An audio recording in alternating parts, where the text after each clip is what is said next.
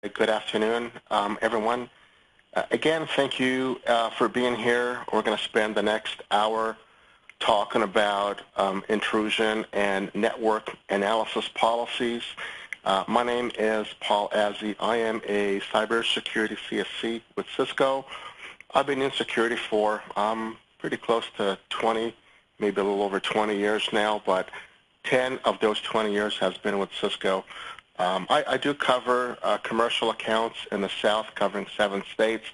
And alongside with me today as panelists, we have Mark, Dan, and Corey. And I'll let them introduce themselves before we go into jump into today's session. So Mark, Dan, and Corey, please go ahead and introduce yourselves. My name is Mark Casper. I am a technical solutions architect for Cisco. Been with Cisco for about 15 years almost, and happy to help where I can. Paul, thanks for putting this on. Thank you, Mark. Go ahead, Dan. This is Dan Collins, technical solutions architect, covering the central area for Cisco, and I've been at Cisco for 9 years. Thanks again, Dan. And Corey. Yes, hi, good afternoon. Corey Schultz. I'm a technical solutions architect for Cisco on the commercial east side. Been with Cisco for 8 years. Perfect. Thanks again, Corey, and everyone else. Please ask any and all questions in the Q&A panel. We have 3 outstanding, sharp, firepower, knowledgeable guys that can help answer any and all questions. And we should have some time at the end to go through some verbal Q&A as well. So please, by all means, ask any and all questions.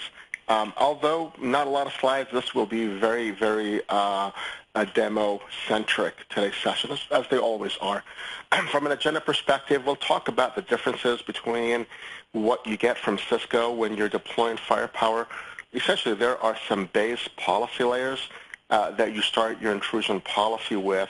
A lot of people are familiar with the balanced, but there's 2 additional policies that come from Cisco, the security over connectivity and connectivity over security. So we'll talk about what the real difference is between those 3 base policy layers. Essentially, there's 2 additional policy layers. I'll touch base on those briefly. So there's really 5 that you get from Cisco. We'll talk about rule actions and what they represent and mean and how we can see them in intrusion events.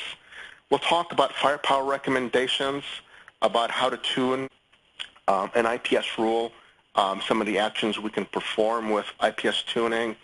And then we're going to jump into another policy. It kind of goes hand in hand with intrusion policies. It's called the network analysis policy. So I'll talk about this. We'll do, I've got maybe 2 slides that really covers what it does, and then we'll see it in action in the console, in the firepower management console. And then we'll talk about some functionality we can get from the IPS policy, and one of those is sharing layers. So let's start off with what is an intrusion prevention, what it does, and what are different policies for, right? So within an intrusion policy, you've got a whole bunch of different SNORT rules, and some are on, some are disabled. If they are on, they're either going to drop the packet or just simply generate an event but let the packet go through. And if the rule is disabled, meaning it's turned off, then we are not qualifying or inspecting the packet against that rule, right? So these rules are either on or off, and if they're on, they're going to drop the packet or simply let us know that traffic matched it, and we get an event. And which rules are on or off really depends on the base layer that you start off with Cisco. So whether you're going to pick the balance, the security over connectivity, the connectivity over security, and we'll look at how we can tweak and tune these. And in most cases, we do have to do some tuning when it comes to IPS, right? So if you think about applying an intrusion policy, it is applied at an access control policy rule level, meaning I've got traffic from the internet going to my DMZ, so maybe I've got a specific policy for that rule. Then I've got traffic from my inside to the DMZ. I may have a different rule for a different rule to allow that traffic with either the same or a different intrusion policy. And lastly, maybe I've got my DMZ1 talking to a DMZ2, where you've got applications in DMZ1 and database servers in DMZ2, and you've got a rule for that, and you may have a different intrusion policy. So the point is, you can have multiple intrusion policies deployed on the same firewall. So we'll look at the different examples as we go through the demonstration, but let's start off by talking about what is the real difference between the different base layers. So if you go to snort.org, when we talk about IP-based policies, there's really three that are defined. One is connectivity over security, balanced of security and connectivity, and lastly, security over connectivity. Well, let's start with the top, connectivity. So really, if you think about what is the purpose of connectivity over security, it's when situations where disrupting traffic or not disrupting traffic is important, right? So application, making sure nothing breaks is where you would use this. Now, the pro with this is there's fewer false positives. The con or the negative is when you think about which SNORT rules are enabled by default, there is an algorithm that is processed to evaluate vulnerabilities, and based on the vulnerability type and how old it is and the score or the rating it has, that's the algorithm that's used to determine if that rule is enabled or disabled. So when you look at connectivity or security, it is looking for current year, so today, and you go back -2 years, and you look at all the vulnerabilities in the last 2 years that have a common vulnerability score of 10. So you're not going to have a lot of vulnerabilities that have a CVS score of 10, right? That's what it's looking for. So you may have 5, 6, 7, 800, maybe 900 rules that are active in that policy. So you really don't have a lot of rules. It's looking for the worst. It's trying to detect the worst vulnerabilities and mitigate against those worst vulnerabilities. If you look at balanced, which is what we recommend Cisco as a starting point, either that or security over connectivity, the balance is the same as connectivity over security, meaning it is current and you go -2 years. The big difference is we look at the common vulnerability score of 9 and 10. So it's not just the worst of the worst, but 9 is still a pretty significant CVS score for a vulnerability. So that gives you, by default, a lot more rules based on the CVS scores being 9 and 10. But it's also going into different categories, malware, command and control, exploit kit, SQL injection, and blacklist, and turning on some of those rules as well. So just the fact that we're adding CVS scores of 9 and adding additional rules, part of the categories listed there, then the number of rules that are enabled grows exponentially from maybe 800 to several thousands. And again, that number depends on your SRU, your SNORT rule update. And then the last base policy layer is your security over connectivity. And again, this turns on the most rules because it is looking at CVSs of 8, 9, and 10 from your common vulnerability score. And it not only does it go 2 years in time for your CVE, it goes 3 years in time. And it also adds rules in the app detect category. So the same rule categories as balanced, but it also adds app detect. So by default, this will also yield more SNORT rules being enabled than balanced security and connectivity.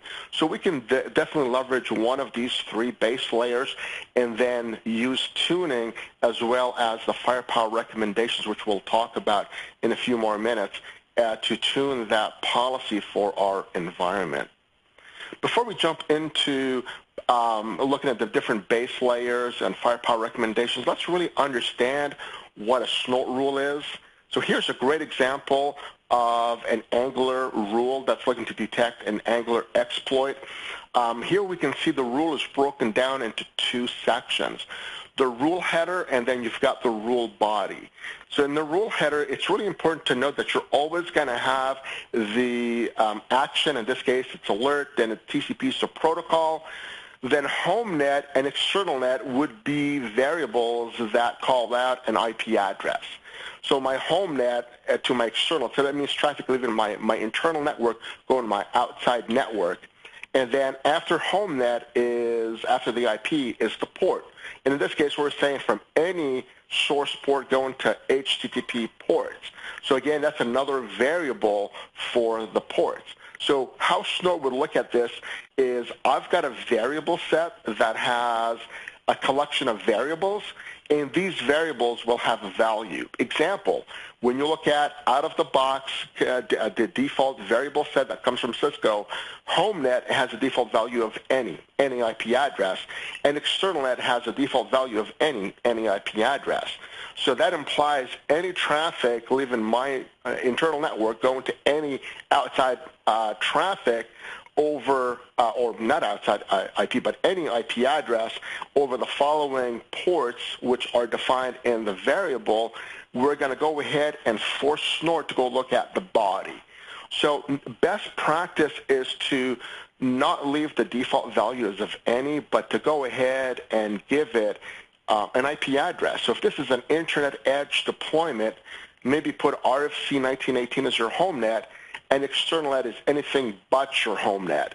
If this is a data center deployment, well, you may have RFC 1918 on both sides of that network. If you've got an application, you're hosting apps for your users, if you've got a firewall there, well, the RFC 1918 may be on both sides. So you may have to come into your variable set and say my home net is the user segments, and then my external, or vice versa, my home net is my application servers, and my external net is where the users live, because they're the ones trying to access the application servers. So this would be a classic case of you can't always use RFC 1918 as your home net, and anything but my home net is external net. So it really depends on where you're leveraging the firewall, the next-gen IPS, next-gen firewall. When you look at the rule body, for the rule to trigger, everything here needs to match, which means we got to match on the flow being established, and it's going towards the server from the client. We're looking for specific content, and that content is called out. And then we're defining that as the fast pattern matcher. We're looking at the HTTP URI as the metadata, and then this is actually applied. This rule is in the policy balanced IPS, and the default action is to drop.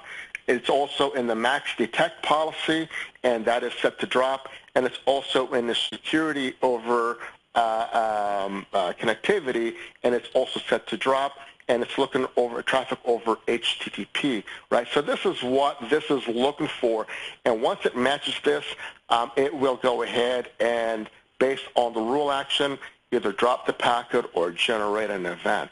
So what people don't realize is every time you deploy a intrusion policy, you will always have a corresponding variable set. And actually, in your access control policy, there is an embedded intrusion policy that evaluates traffic pre-rule determination, and I'll show you what I'm talking about when we get there.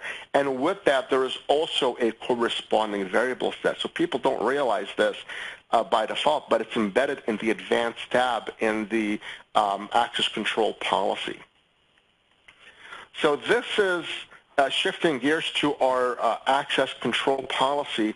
I want to focus on a couple of things. The first thing is we're going to hit security intelligence as a determination whether we're going to drop the packet or accept the connection, or not drop the packet, but drop the connection or accept the connection. And assuming we either decrypt the session or no decryption is required, before it actually even hits the rules, the access control policy rules, where we can have an intrusion policy and a malware policy defined, it's going to hit our network analysis policies. Now, what this is, it's a collection of deep packet inspection engines known as preprocessors that look for any type of anomalies, such as doing IP defragmentation, such as doing TCP stream reassembly, looking for any type of evasion techniques where we're going to overlap IPs, right? IP packets. So that's where the intelligence comes from SNORT, and it does all this and prepares the traffic then to be inspected by the application preprocessors and then ultimately by the SNORT rules. So from a flow perspective, it would look something like this. This is the preprocessor execution order in network analysis.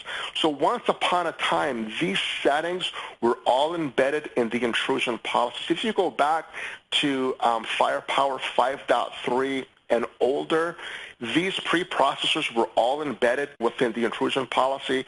As of Firepower 5.4, they got decoupled and they have their own policies. So this allows you to go in and define your network analysis policy very much like an intrusion policy. So you'll have balance, you'll have security over connectivity, you'll have connectivity over security, but the difference is it's not to turn on more or fewer rules. It is to tune the engines to be more aggressive or less aggressive in trying to determine and look for anomalies, right? So this is where network analysis policies come into play. And more about that when we jump into the demo. Speaking of demo, this is the network diagram we're going to be working with.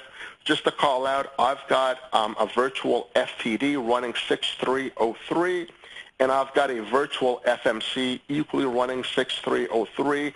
I do have a router that segments the corporate from the DMZ, so anything that lives on the 192.168.10 network, in this scenario, call it the DMZ, where I do have quite a few Windows boxes running, and north of my a firewall and a router would be my corporate network. So anything in the 192.168.133 network, think of that as my user network, if that makes sense.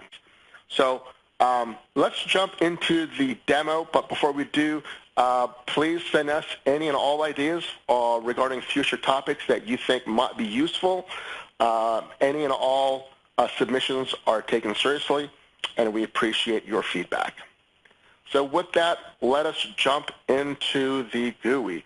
So the first thing I'm going to jump into is let's go to our intrusion policies. Let's go to my intrusion policy, and I'm going to go ahead and create a policy. The first thing that we're going to be prompted with is, do we want to drop when in line? Well, what this implies is, well, let's say my firewall is at the internet edge, and I've got layer 3, layer 7 rules where we're blocking and dropping based on IP, based on geo blocks, based on application blocks, URL blocks. And we've got a malware policy. We want to drop malware as it's coming through the firewall. But from an IPS perspective, I have not done my tuning yet. I have not done my network discovery. So therefore, I don't want to start dropping packets until I make sure that the rules that I have enabled are specific for my DMZ, specific for my environment.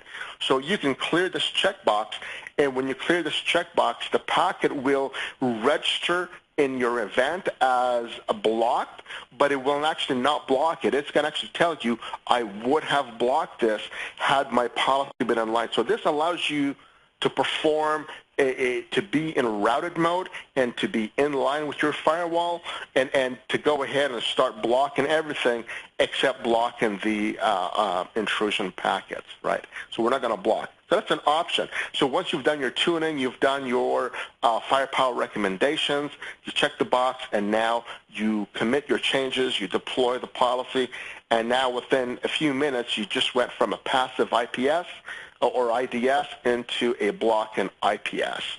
And the next option is, well, which base layer do you want to start off with? And these are the 3 layers I talked about: the balanced, the connectivity or security, and then security over connectivity. And notice earlier I mentioned that there are 2 additional base layers that are available. We don't recommend using them, so max detection is typically for testing environments, experimental environments, and such. And no rule active is, as the name states, there are no rules active. This is when you need to have an intrusion policy in play, but you really don't want to inspect anything. It's just because the system needs to have an IPS policy, and that's why this policy was defined and created years ago to use pre-access control policy rule determination. But I don't believe this is being used now, but we'll go ahead and look at this. But also when you create your own intrusion policy, you could leverage one of your existing policies that you've created as your own base layer. There's a lot of advantages to this because you can come in and do base policy as your balance and then turn on additional rules based on your environment. You save that policy with whatever name you give it, and then the next time you create a policy or additional policies, you would use the original policy as your base layer. So then that eliminates me having to go in and configure the same my own rules or custom rules in multiple policies. It's done once, and that becomes my base layer across all my additional intrusion policies, if that makes sense. So if we go ahead and crack open, I'm going to go ahead and pick on my DMZ IPS block mode. Let me go ahead and edit this. And as soon as this opens up in edit mode, you'll notice that there's a few options. So let's just explain the navigation of this intrusion policies just so that we can understand what it is that the system is telling us, number one, but number two, essentially what it is some of the capabilities that we can leverage in this intrusion policy. And while I'm waiting for this to load, one thing I'm going to do is let's go look under objects and let's go look under variable sets. So I'm going to go to object management, and once this loads up, which will take about 30 seconds, we're going to drill into variable sets. And under my variable sets, we'll look at the default variable set and we'll see some of the values there.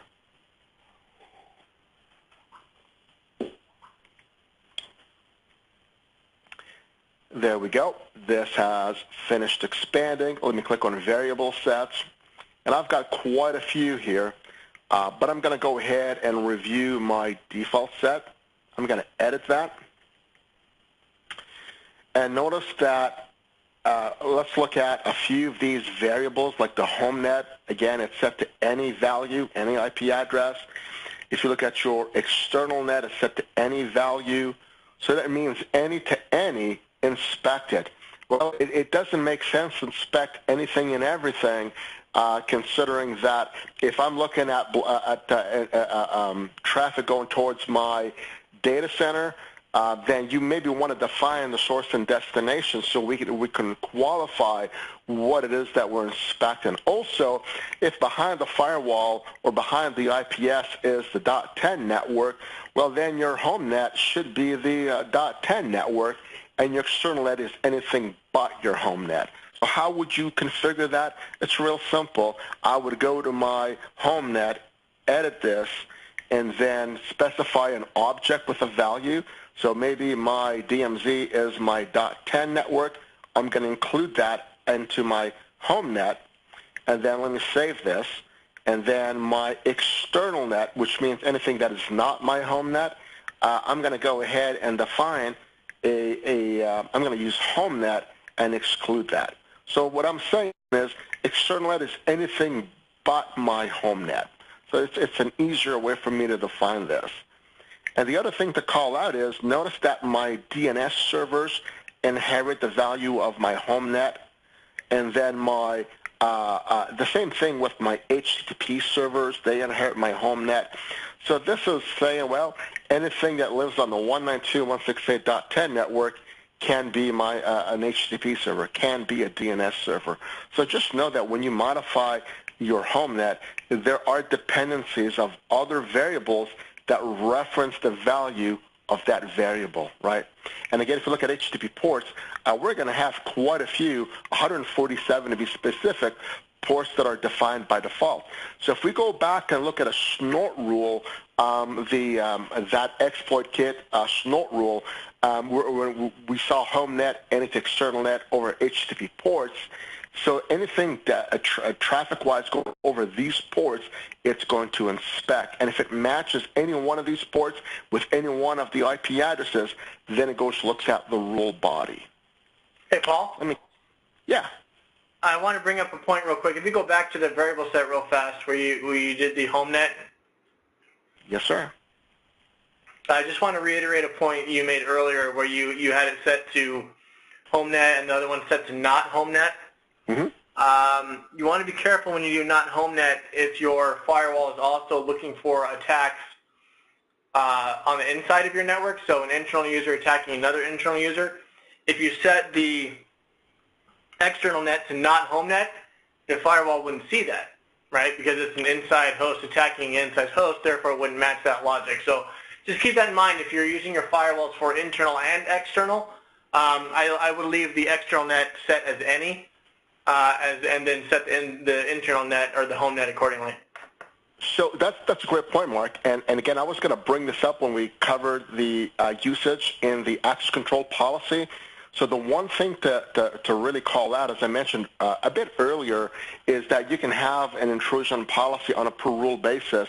So if once this access control policy opens up in edit mode, and to your point, if I leverage this as here's my home net is RFC 1918 or whatever IP subnet it is, and external net is anything but, that's assuming traffic is going through the firewall. So if it's inside to inside, well, then is that really going through the firewall? If you have a firewall there, then my home net and external net might be slightly different, right? So it depends on sensor placement. So my point is I could create a rule here, and if this firewall was sitting inside of my network where it is looking at inside to inside conversations, I can come in here and define the source as being .10, destination as being .133, and under my intrusion policy, you can call it out, whatever policy you want to use, but then maybe have a different variable set that has the home net as the .10 and external net as being anything but your home net or whatever, right?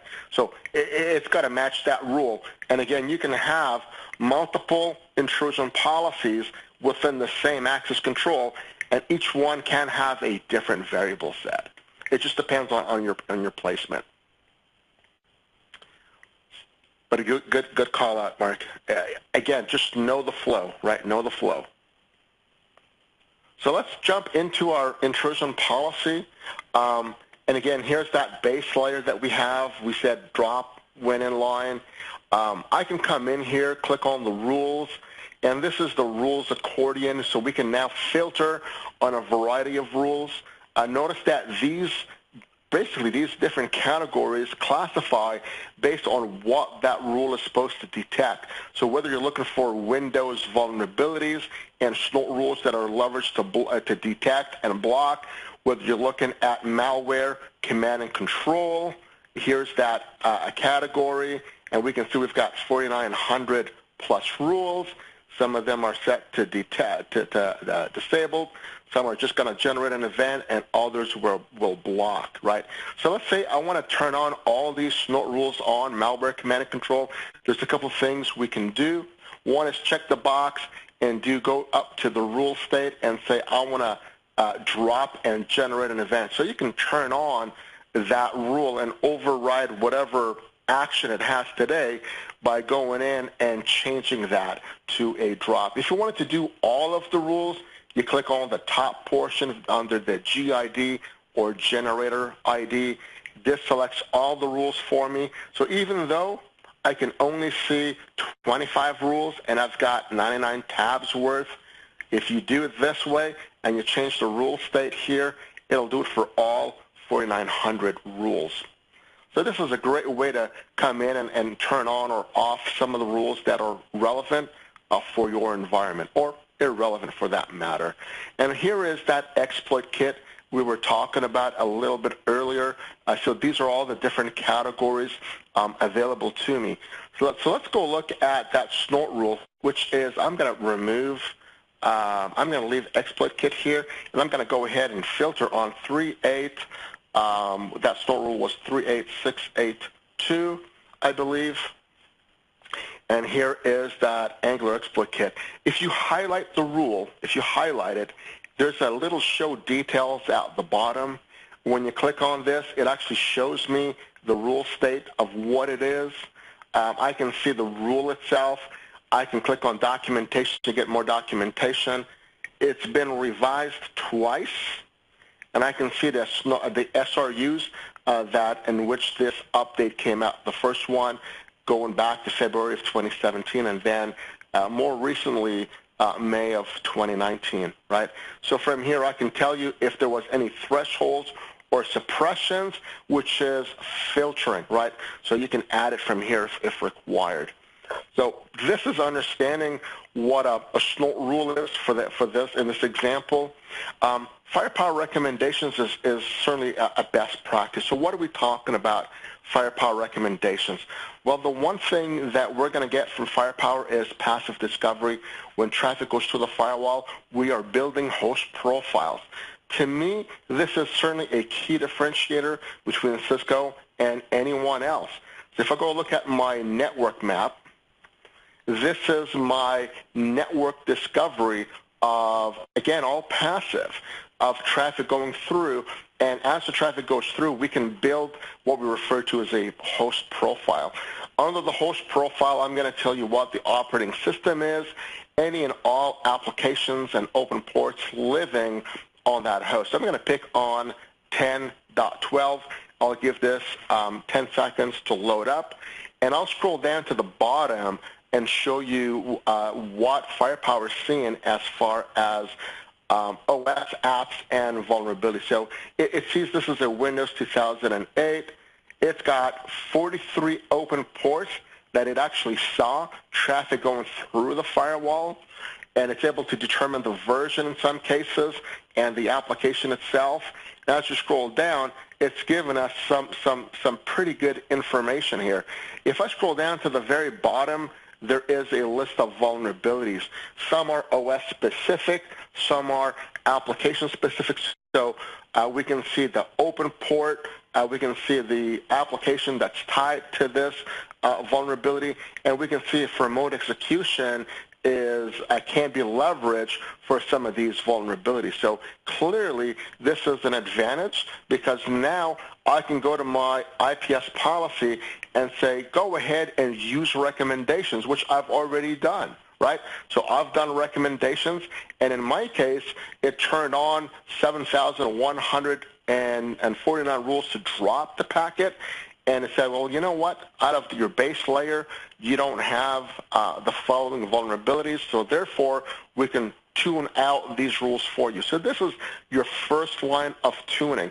So if you recall, I said, don't drop it in line on day one until you learn about your network. Well, learning happens passively. As the traffic goes through the firewall, we start building these host profiles, and then we can come to our IPS policy and turn on the recommendations. And then once we're confident with this and we've done our due diligence, we can check the box where it says drop when in line, commit our changes, and deploy the policy. And you just went from an IDS to an IPS, from an IDS mode into IPS mode within the policy without having to recable or do any additional changes. Pretty cool stuff. So let me shift gears in the name of time. Let me go ahead and discard changes. I'm going to leave this up because I may come back to it. Let's shift gears and talk about our network analysis. So let me go back to my access control. I'm going to create a new policy. I'm going to call this my Friday Firepower Hour _ ACP for access control policy. And I want this, it's going to be an internet edge, so therefore I'm going to block all traffic as my default action, which means I got to start building rules to allow traffic. I'm not going to apply this to any firewall for now until I finish my configs. Let me click on the save, which will then save this and open up in edit mode. So the first thing to call out is that there is a network analysis policy, and there is an embedded intrusion policy. If you click on the Advanced tab and you scroll down a little bit, here is the Network Analysis and Intrusion Policy section. And notice that intrusion policy used before access control rules determined, no rule active. So this is that intrusion policy we were talking about earlier that comes from Cisco, and it's used here. So in order to determine the application, we got to let a few packets go through in order to understand what is the application. So as we let a few packets through, we need to have an intrusion policy, and there is one, except it does not have any rules active. If you wanted to modify this and add an intrusion policy, you most certainly can. You can change this to one of the Cisco predefined, or you can leverage one of your own intrusion policies. And as soon as you have an intrusion policy, notice that there is a corresponding variable set. So here's where I would agree with Mark 100%. Because this is pre-access control policy rule, this I would not put my home net as anything, my external net as anything but my home net, because this could be inside to inside or RFC 1918 to RFC 1918 if that's going through the firewall. So this is where maybe you leave it at any from your variable set that I'm leveraging under the Advanced tab. So does this mean you may have more than one variable set? Quite possibly, right? And here is that network analysis policy. Let's go ahead and click on the network analysis policy list, and this opens up a network analysis policy. It's very similar to the intrusion policies. So I've got a couple that I have created, but by default, you're not going to have any network analysis policies. So you'd have to click on the Create a Policy, and from here, notice that you will have the same thing as we got from the intrusion policy, where you've got the security over connectivity, maximum detect, connectivity over security, and then the balance. And really, when you turn on or off or pick one of these, all it's doing is changing the aggressive tuning of your inspection, your deep packet inspection engines. So let's go ahead and look at the connectivity over security. I'm going to give this a name. I'm going to call this my Friday Firepower Hour _nap, and create and edit the policy. It'll take a few seconds. It's going to open up in edit mode. And as it opens up in edit mode, I'll show you the aggressive tuning of one specific application engine. There we go. So people think these are all the preprocessors that are available. In fact, this is not accurate. These are all the preprocessors that are enabled, right? So how do you know which ones are available to you? You click on Settings, and notice some of them are enabled and some are disabled. And SIP, as an example, is disabled. Therefore, I'm not seeing it here under my settings. So the only ones that I'm seeing are the ones that are actually enabled. And you can start seeing that these are broken down based on network transport layers, where we can do defragmentation, normalization, TCP stream, configuration, and then we get down to the application where we can look at any type of anomalies. So I'm going to pick on HTTP as an example. Let's go ahead and edit this. And let's just remember, if I click on Policy Info, we've got connectivity over security. Let's come in here to click on this preprocessor, and notice that it's listening on the following ports, right? So it's got maybe a little over 10, 11, 12 different ports. If we're looking at the number of client flow depth and server flow depth to determine if the client or server goes up to 300 bytes, notice that alerting is disabled. We're not normalizing HTTP headers. We're not inspecting HTTP cookies. We are not inspecting URI. We are not looking at inspecting decompressed compressed data. We're not decompressing it. So very, very relaxed as far as how it looks at HTTP traffic. So let's go back to policy info and change this to security over connectivity. And what it does in the background is, unlike an intrusion policy where it's turning on or off rules based on CVEs and CVSs and categories, this is changing the aggressive tuning of the different preprocessors. And notice that when I went to security over connectivity, it turned on inline normalization, which was disabled, and it turned on SIP, which was disabled in the previous policy. Let's go back to HTTP configuration, and notice that now I just went from 80, or not 80, but 10, 11 ports to maybe 70, 80 ports that are now it's listening on.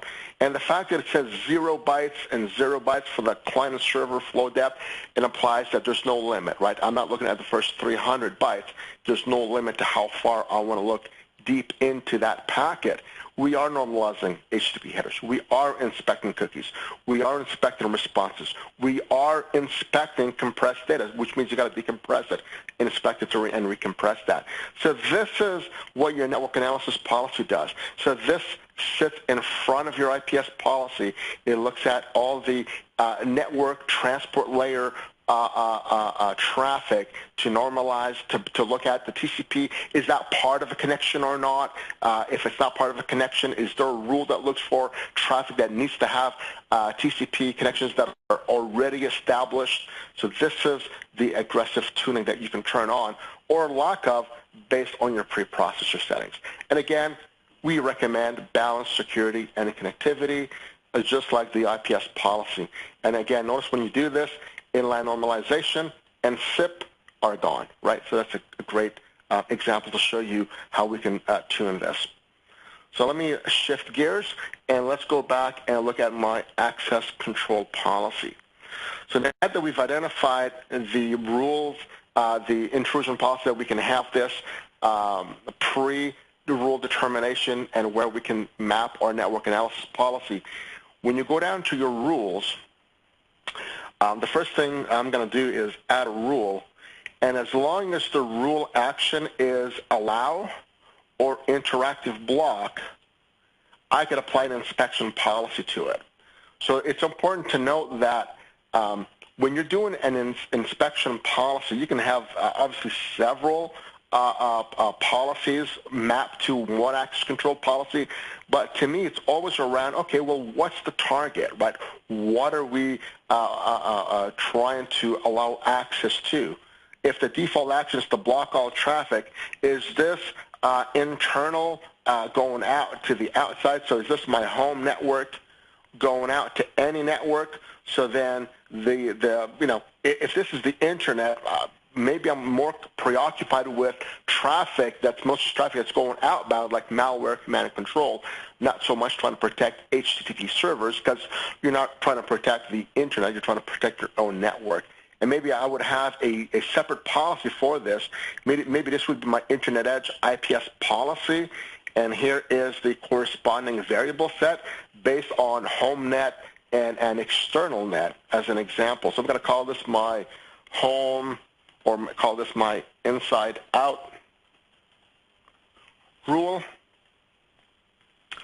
I'm going to go ahead and add this. And now maybe I've got a DMZ hanging off of this, so I'm going to go ahead and add a rule. And I'm allowing anything going to my DMZ. Add that to my destination. And maybe I've only got specific ports. Maybe I've got HTTP ports at to destination, at to destination. So now I can go to my inspection and have a different policy just for my DMZ as an example, and have a variable set that's specific for my DMZ. I'm going to call this my allow to DMZ. I'm going to add this. Right. So now you can start seeing your rules. You can have multiple intrusion policies even though it's the same access control, and each one can have its own variable set. Now, don't forget, we had an intrusion policy here also that is used to determine the application. So we got to let a few packets go through, and in this case, we have a no rule active with a default variable set, right? So just know that you have, for each intrusion policy, you're going to have a corresponding variable set.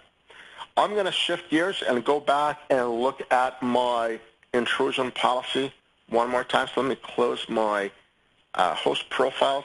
So here's all the different IPS layers. So let me cancel this real quickly, and I'll create a new intrusion policy. Let me cancel.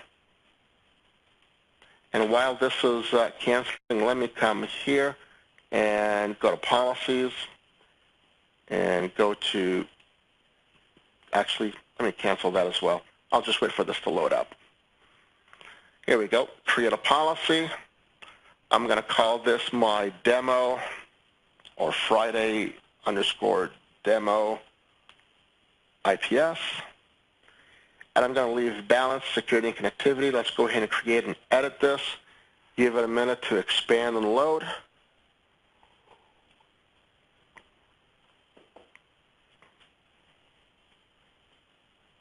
While I'm waiting for this, Mark, Dan, Corey, any questions coming up that are worth unmuting and taken verbally?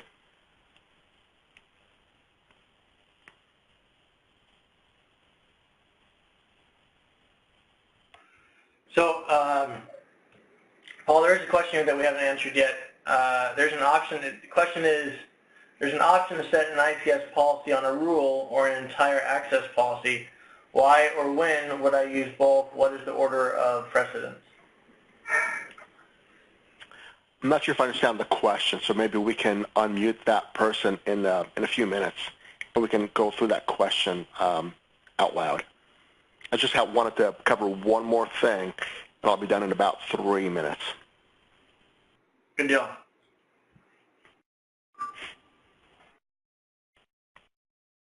So as this is expanding the intrusion policy, and again, this is a new policy that I've created. No recommendations have been enabled, so I would have to generate and use them based on what it's seeing. These are the different policy layers.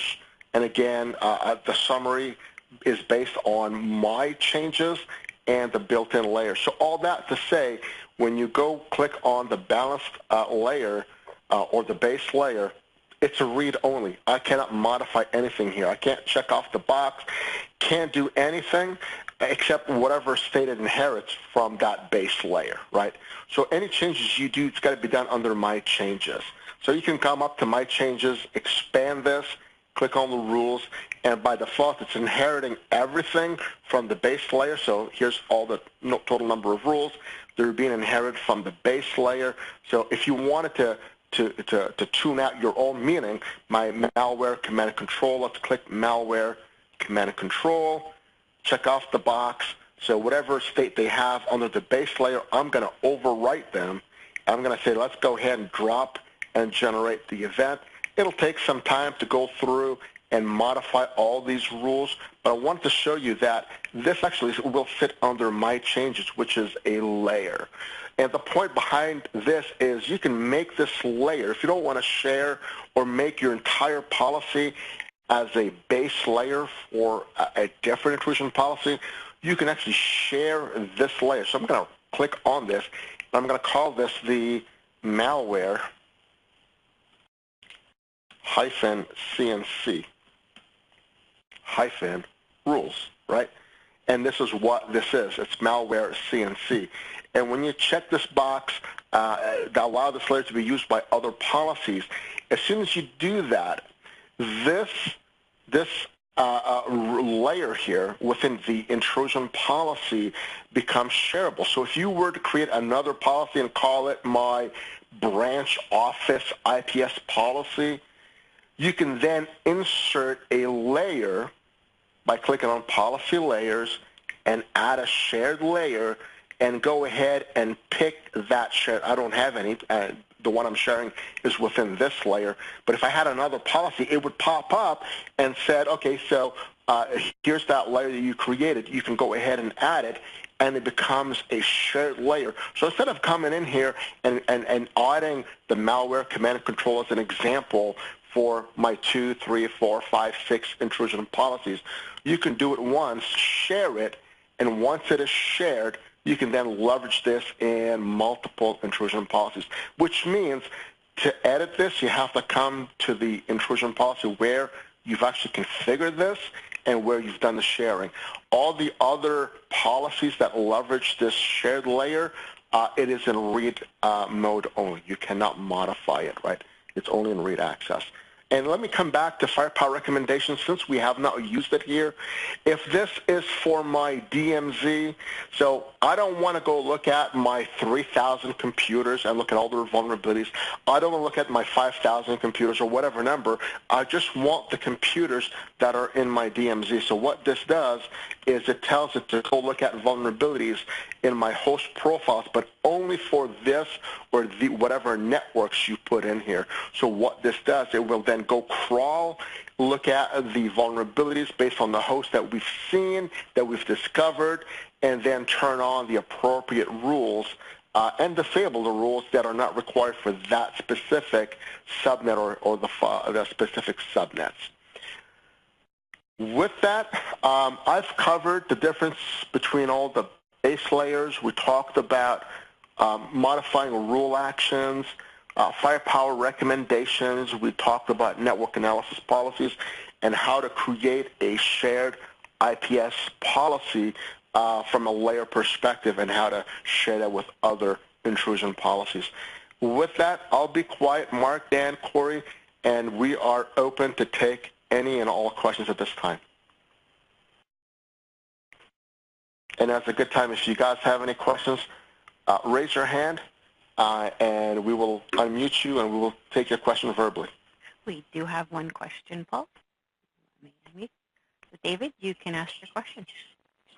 Hi, this is David DeVerso. I just wanted to say how useful this information is and how expertly it was delivered. Thank you very much. Thank you so much, David. I really appreciate that.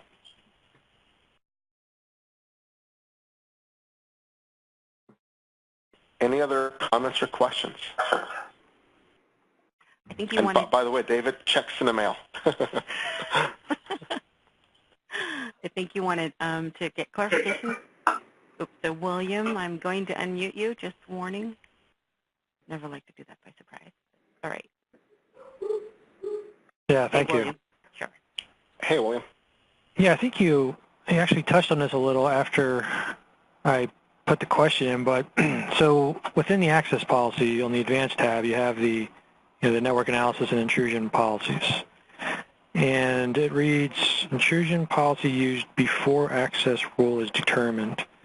Mm-hmm. So I was wondering, when that gets used versus if you can create an individual rule, and you illustrated that, you showed you can have, assign a specific intrusion policy to a particular rule. And I wondered how they worked together, or one took precedence over the other. Yeah. So can you see my screen? So yeah. This intrusion policy here is used each and every time traffic goes through your firewall. So if you have a rule, let me go back to my rules, that in this case it's ports, right? So no apps, no URLs. So if I'm doing an application, so I'm going to create a rule for an application to either allow or block. Well, I can't see that in my first packet, right? I'm not seeing I can't see the application. I'm just seeing layer 3 information, right, and the port. So to actually see the application, I got to let a few packets go through. Well, I'm not gonna match any of these. I won't know which rule to match until I let a few packets go through to see the application, and then I can tell you which rule I'm going to match. Well, as we let these packets go through, they're going to be inspected via this intrusion policy. In this case, there's no rules active. Did that answer your question? So that's going to happen, and then once we determine it is this rule as an example, then you may have a more specific IPS policy. So in this case, the traffic essentially got inspected twice. Okay. So if the policy that's applied to the entire access policy, that's the one that gives you the first few packets, so that your rule with your IPS rule or action within the specific rule can actually see it, take a look at it, and act on it? Correct. So we can actually determine the app and match on the app within your access control policy. All right. Gotcha. Thank you. You bet. You bet. Great question. Did we have any additional questions or comments? Sorry, Connie. That's okay. Nope, that's all I saw for hand raising. Mark, Dan, Corey, did you guys see any comments, questions that are worthwhile repeating for the benefit of everyone, or are we good? Hi, Paul. This is Corey. No, that was it for questions. So I think unless anybody raises their hand, I think that may be it. Perfect. Well, Corey, Dan, Mark, Tawny, thank you again as always. Really appreciate your help and support. And to all of our people on the WebEx, again, thank you for your time. Hopefully it's been a good use of 1 hour.